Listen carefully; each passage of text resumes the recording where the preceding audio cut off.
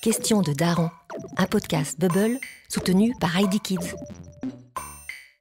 Pourquoi les enfants sont-ils morts de rire quand ils parlent de caca-prout ? Mon fils s'est un jour roulé par terre de rire parce que j'ai acheté des cacahuètes au marché. Et là, je me suis dit que je n'allais pas m'en sortir. Parmi les nombreux témoignages de parents au bord de la dépression que j'ai glanés sur le net, celui-ci m'a bien fait rire. Mais qu'est-ce qui peut bien se passer dans le cerveau de nos enfants pour qu'entre 3 et 6 ans, quand tout se passe bien, les mots caca, boudin ou prout les mettent en transe ? Pour les psychanalystes, il n'y a pas de hasard si le langage scatologique pointe le bout de son nez au moment où l'enfant apprend la propreté.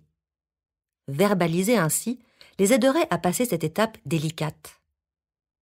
Pas simple, en effet, d'accepter qu'une partie de soi disparaisse ainsi, avalée par ce grand trou qui fait un bruit d'enfer. En parler permet de conjurer les angoisses. Pas simple non plus d'apprendre à se retenir et à garder dans son corps cette chose que les adultes trouvent peu ragoûtante.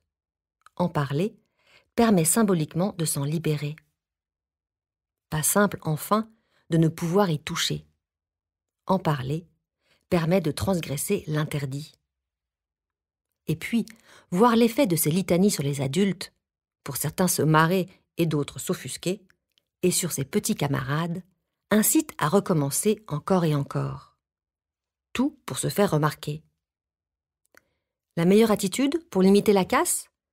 Montrez un visage impassible quand votre enfant vous assénera pour la 10e fois de la journée un caca-prout ou l'un de ses nombreux dérivés. Si ces tentatives n'ont aucun effet sur vous, il y a des chances pour que votre bout de chou se lasse avant que vous ne perdiez patience. Zen, restez zen. Question de Daron ? Les darons, posez vos questions en envoyant un mail à podcast@bubblemag.fr. À bientôt.